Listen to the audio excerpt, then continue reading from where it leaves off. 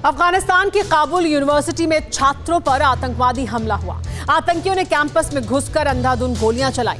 इस हमले में अब तक 25 लोगों के मरने की खबर है। 40 से ज्यादा लोग जख्मी हैं। आईएसआईएस से जुड़े आतंकी संगठन आईएसकेपी ने हमले की जिम्मेदारी ली है और 80 लोगों की हत्या का दावा किया है।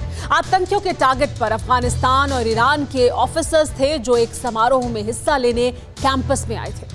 काबुल के यूनिवर्सिटी कैंपस में अचानक गोलियों की आवाज गूंजने लगी और बेतहाशा भगदड़ मच गई।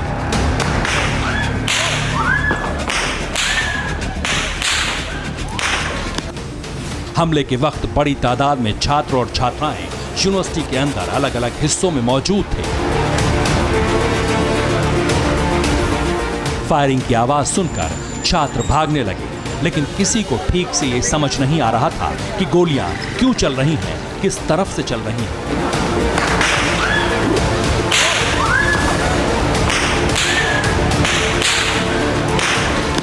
चश्मदीदों के मुताबिक हमलावरों के सामने जो भी आया उसे गोली मार दी गई। आतंकी उस समय कैंपस में दाखिल हुए जब एक किताब की प्रदर्शनी का उद्घाटन समारोह चल रहा था।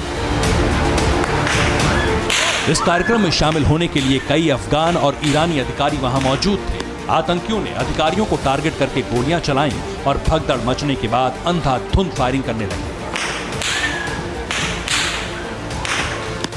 हमले की खबर मिलने के बाद अफगान की स्पेशल फोर्स ने मोर्चा संभाला।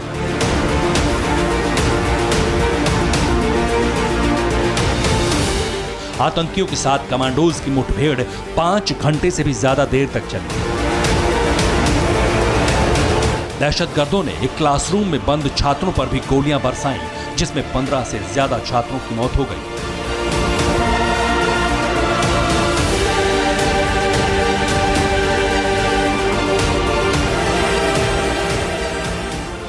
राष्ट्रपति अशरफ गनी ने काबुल विश्वविद्यालय पर हुए आतंकी हमले की कड़ी निंदा की है। उन्होंने कहा, यह तालिबान की कायराना करतूत है। हालांकि तालिबान के आतंकियों ने इस हमले की जिम्मेदारी नहीं ली। इन दिनों तालिबान के टॉप नेता कतर की राजधानी दोहा में अफगानिस्तान सरकार के साथ शांति बहाली पर बातचीत कर रहे हैं, लेकिन अफगानिस्तान में तालिबानी आतंकियों के हमले बढ़ गए। अब यूनिवर्सिटी पर हमले का असर भी इस पीस टॉक पर पड़ सकता है।